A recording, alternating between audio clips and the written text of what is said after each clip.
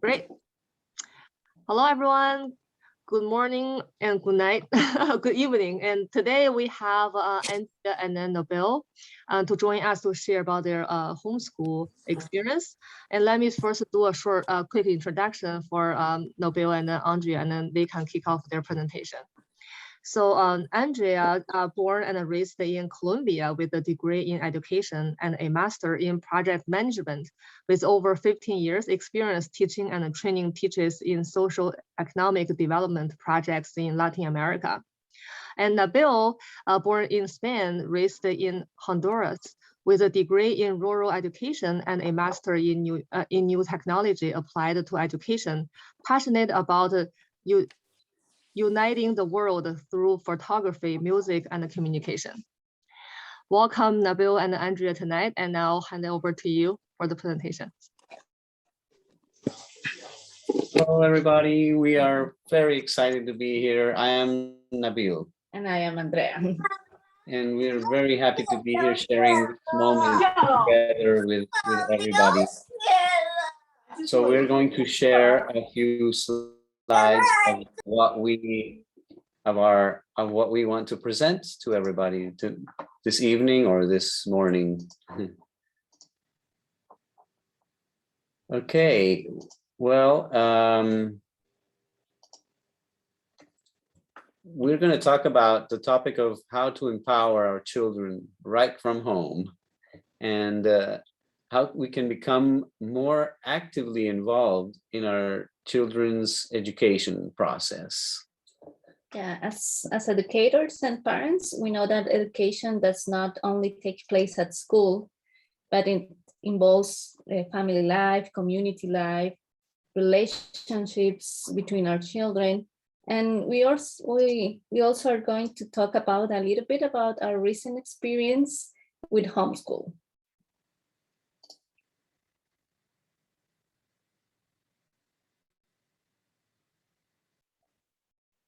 So yes, as parents, we feel a shared responsibility to ensure a good development of character and behavior and morals that our children need to develop. And of course, this is something that needs to be done in the environment which they are developed, so that the influence that we have is not only for our children, but it is also for those around them, their friends, their families that are connected, because we know that we don't live in isolation. We live in a community where others are surrounding them.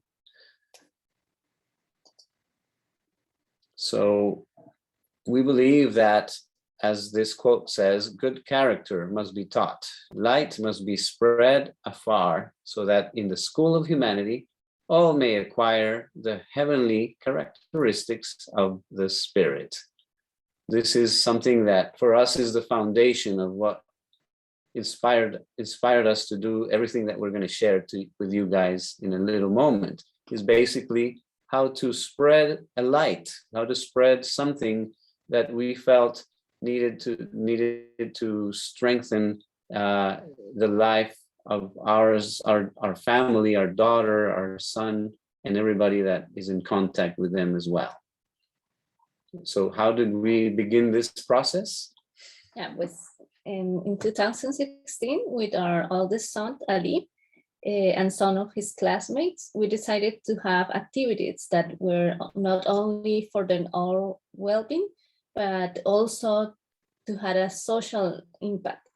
So in this case, we visit with all the friends a physical rehabilitation center, and after this, they decided that they wanted to support with the purchase of plastic balls for a children's physiotherapy pool.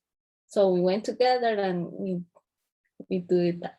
So after doing this act of service, they decided that they wanted to continue doing activities together to learn more about how to serve humanity and in a better way. And this was an effort that we did once a week. And we will meet it together, play games, meditate, and talk about so many issues that was important for them.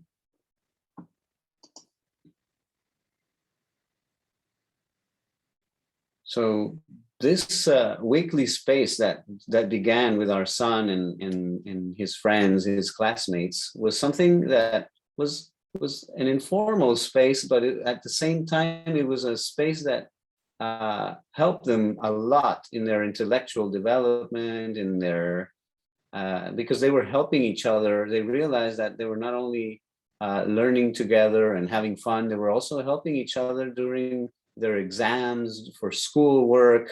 In fact, this school year, right now, when my son is about to graduate from high school, they've been together for many years, doing all these activities together and learning together, and they've developed many strengths, and even during this pandemic. So in fact, at the school, the teachers have noticed that there's a difference between this group and other students that have passed along through their classes. They notice a difference in attitude, a difference in the way they behave, in the way the vision that they have of what they want to do with their lives. And we feel that that's related to this process of being together, participating in this program that was called the Spiritual Empowerment Program for Junior Youth, which was a program we did with them informally for these years at the ages of 12 to 15.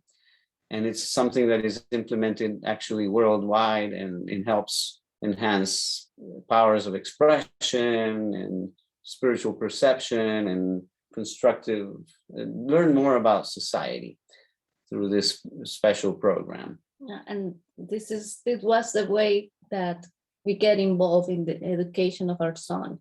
So that's how we start. And then we face a new challenge with our daughter that at the age of 3 now. On one hand, the world situation had changed drastically, and we could not send her to a daycare or kindergarten to interact with other children and learn. And this was a situation not only for her, but other children around her, no? So the possibilities of them for attending a virtual kindergarten was not the answer. Online, yeah. We felt was not a solution. Yeah. And in our country, in Honduras, the schools were closed, and they're still closed. So the only possibility was study online. And many parents did not have the possibility to choose that alternative. And in many cases, they decided to take them out of the educational system. And there's very few have access to the internet or even smartphones or computers. So yes, we live in a society that is suffering a great deal by the pandemic, not only health-wise, but also in terms of education, because the system was not able to respond to this crisis, and many children have dropped out. Parents don't know what to do. We saw all these issues, and we felt bad because what can we do? How can we help? So we started something very gradual. And yes, we know that the first 5 years in a child's life are critical to their development and health. And we knew that we ourselves as family could contribute to achieve the true potential that children has. So we saw that each member of the family could contribute to their education according to their talents and the different areas of interest. So we started by sharing these little moments, with special moments, we can call like educative moments or educative moments, with our daughter and her friends, which are the daughters of some of our neighbors, a gardener, a maid, and all these learning opportunities, like, for example, picking flowers and counting them, and learning about science and how plants grow and trees grow. Those started to become very, very fun moments, and even doing agriculture together. Because in fact, during the pandemic, we started becoming very creative, right? Thinking about what can we do at home. I think everybody started thinking about agriculture again. I'm sure many homes did the same. And we also learned like math skills, for example, classifying and sorting sets with their toys. We were just playing with them. yeah, and spending very gradually spending a little bit more time doing these things, we found that was very rewarding for us and for them. They were learning so much and they wanted to learn even more. So these were very significant moments. Yeah, and also we develop motor skills in different ways because they are the basis for writing, no? And they also started to recognize shapes, colors, and using this in their language as well. So, and we actually built this little playhouse with a chalkboard on the right during the pandemic. So yes, those are some things that came out. And also doing a little bit of art. Everybody in the family helped with something, you know, and I think these are things that we can do. It doesn't take time, you know. Sometimes it's appreciation of the art, of beauty around us, of nature. All these little things are so significant for them, and they will never forget them. It's a foundation for their life. Yeah, and we also did physical activities that help them develop coordination, balance, strengthen their muscles, and of course, achieving emotional well-being.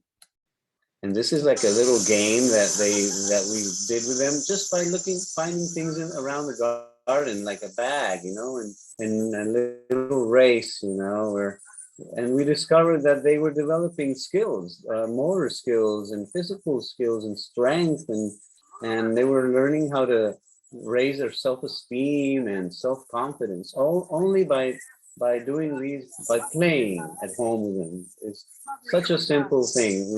We enjoyed so much doing with them as well. So this is a little clip of a video of them playing. Yeah, so little by little, we start formalizing the process and look for different curriculums alternatives that respond to our needs. And then we begin to share this experience with other parents and what we learned through those months. So we decided to consult with another parents how we can get organized different weekly activities with our children at home and dedicate just one day a week, 1 hour, and share with other kids online, connecting by Zoom. And this was such a natural process of sharing with our friends and discussing these ideas that we realized all of a sudden we were doing homeschool. This is, we didn't realize it, and it was something we were already doing. And all we needed was to start organizing ourselves and getting things more structured, a process that would, because they were turning 4 and 5 years old now. So we gradually evolved into what is now what we're doing in a more formal way. We could say homeschool. Yeah, and we know homeschool is a different experience for every family that are doing homeschool. Some families like to follow a very well structured and organized curriculum. Others like to have option of different resources, and others like to have their own curriculum. And we have been learning about this along the way, but being flexible, especially since our group is preschool level. So we're just like starting the process and learning with them. Yeah, experimenting. So we know there are always there are many ways to think about what is homeschool, but we felt that there are many benefits that come with homeschooling that we would like to share with you. Yeah, we some benefits that determine the curriculum and our children's schooling schedule. We demonstrate to our children that education is fun. We create strong bonds with our children. We adapt teaching methods that suit how our children learn, provide religious and ethical instruction for our children, and we draw closer to our spouse as we homeschool children together. And we also think that it's a less expensive alternative, and we help others. And we know that homeschooling can be very difficult, very stressful, but at the same time is very rewarding and time consuming. Of course, you have to plan things. It's not like you improvise, but we know that homeschooling is not for everyone. It's not something we're encouraging that everybody has to do, but it's because it takes a commitment, of course.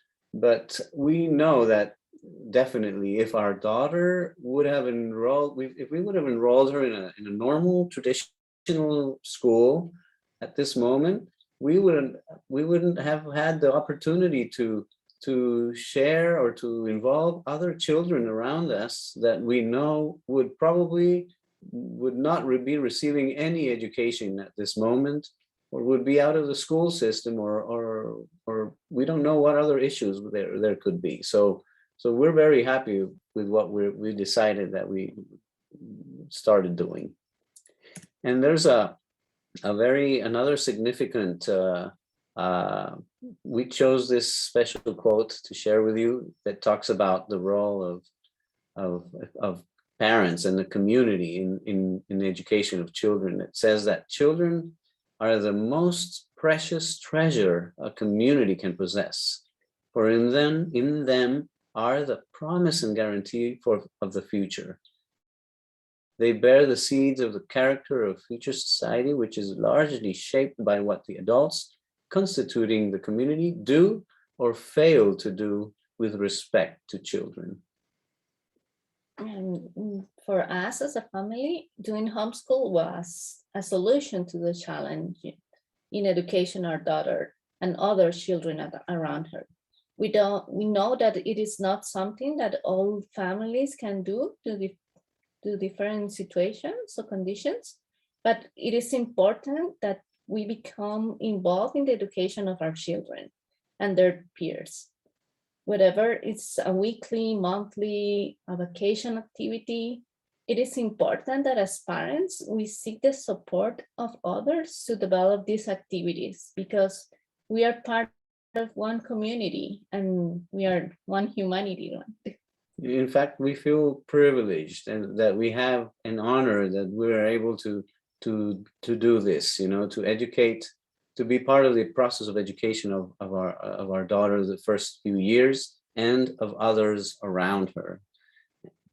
And finally, we would like to share that we would like to mention that as part of the Baha'i global community that we are part of, there are many learning spaces available for children, junior youth, and adults even, in many countries around the world. And if you are interested in learning on how you can get involved in activities of this kind, that promote well-being of humanity and the transformation of society, please contact us. Take note of this contact information.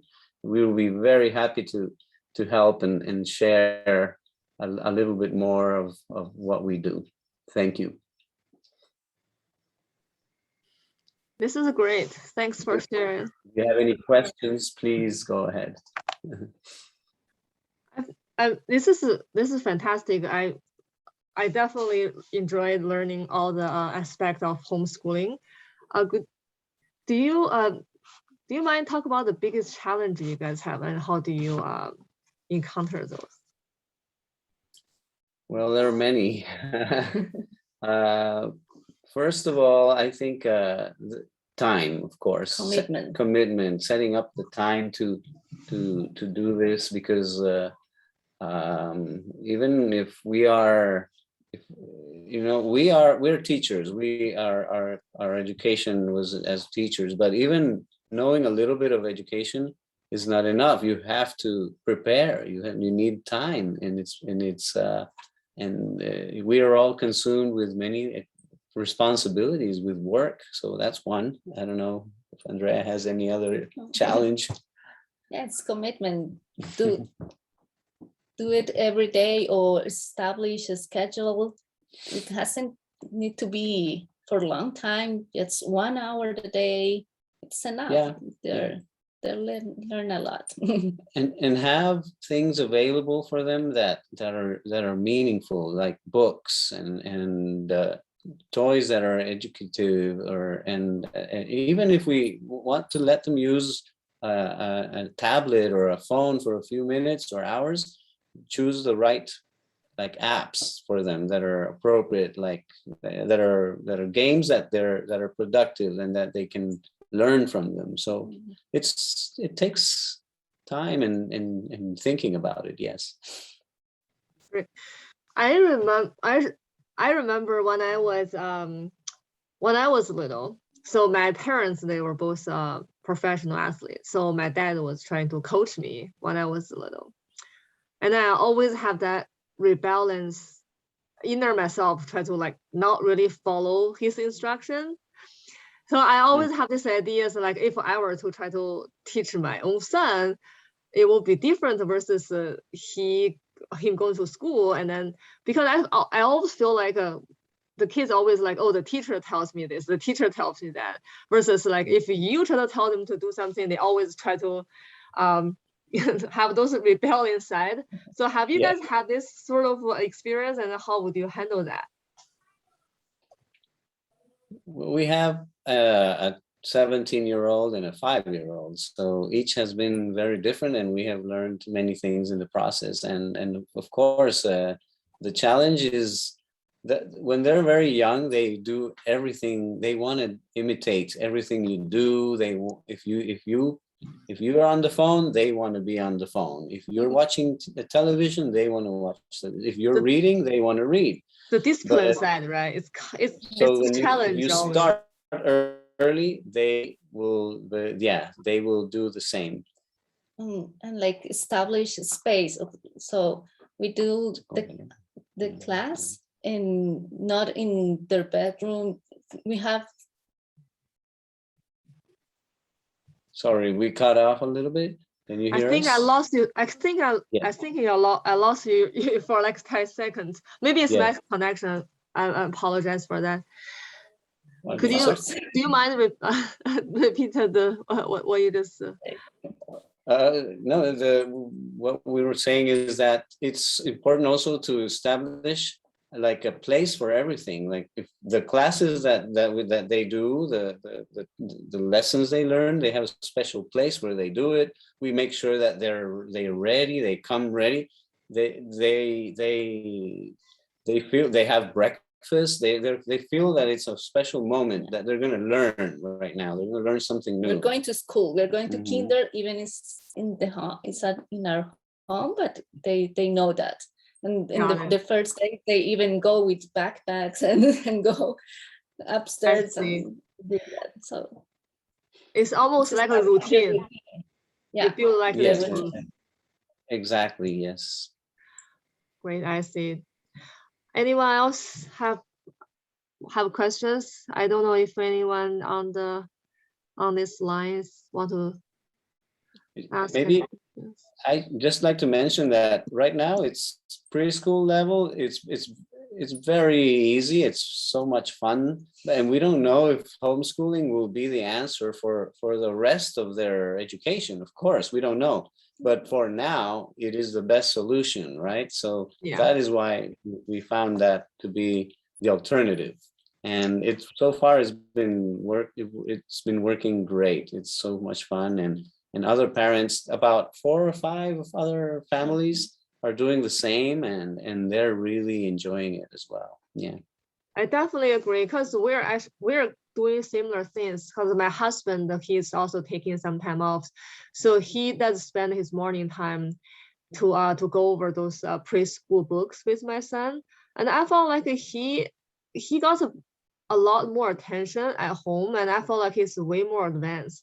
he can even do like some like math right now, like Yeah. with, yeah. So I'm pretty amazed. So I think this is definitely the best solution given the pandemic, where we can't really put him in a school environment, but we can also turn this around. The silver lining is they are still like, at least I think for our situations, like they're still in a younger stage preschool. So it's fun, it's good bonding time. And also same time, I feel like we have the luxury to spend the time to have the time to teach them what we know, and also to leverage the newer technology, right? We have like iPad, we have the more interactive. We also can go with the traditional way of just go by the playbook, and then I think it's a fantastic combination. And then for me, I take care of more of like a physical, like outdoor. I will take him out to run, to play some tennis, like not, let's just say play some balls. We can't say like he's too young to play out. Everybody has their talents. Yes, Yeah, exactly. So, yeah, great. Really appreciate you sharing what you've learned, what you have learned so far. It's super helpful, and it's very interesting. I guess We this hope is, it helps. yeah, thank you so much. I think that's all the questions for tonight. I haven't seen any question came from the audience. Last call.